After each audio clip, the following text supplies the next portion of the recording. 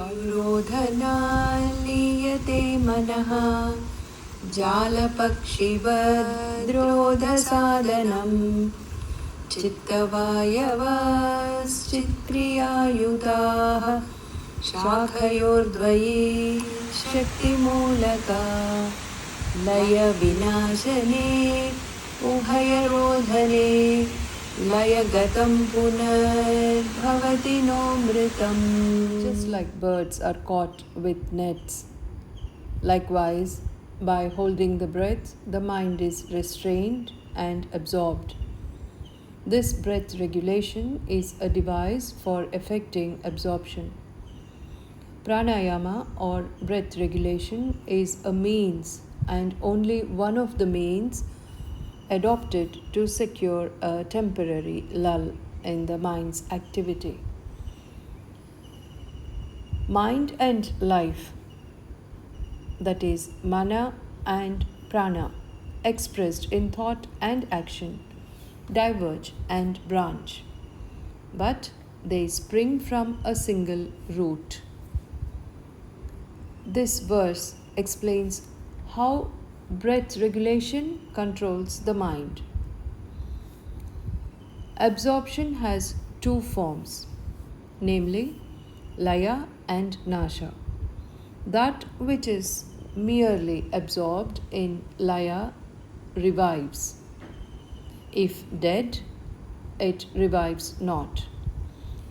Laya is temporary absorption, whereas Nasha is permanent.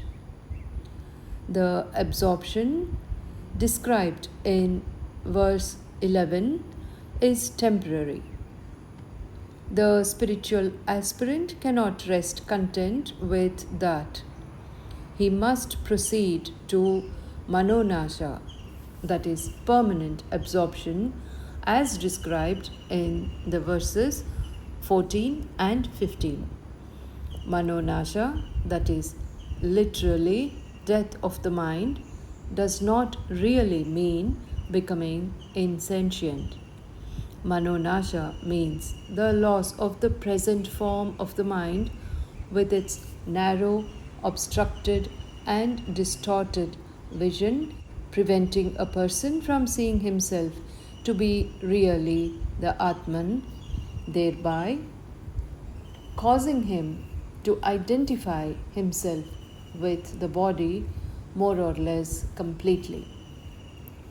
The loss of that form is really a gain, as it means the transformation of the limited and distorted mind into pure consciousness, perfect reality, the Atman or Brahman, embracing everything and leaving nothing outside itself.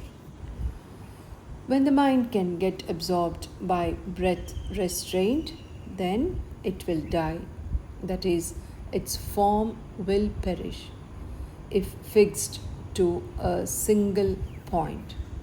The aspirant should not be content with pranayama, that is, breath regulation, which stills the mind only so long as the breath is held.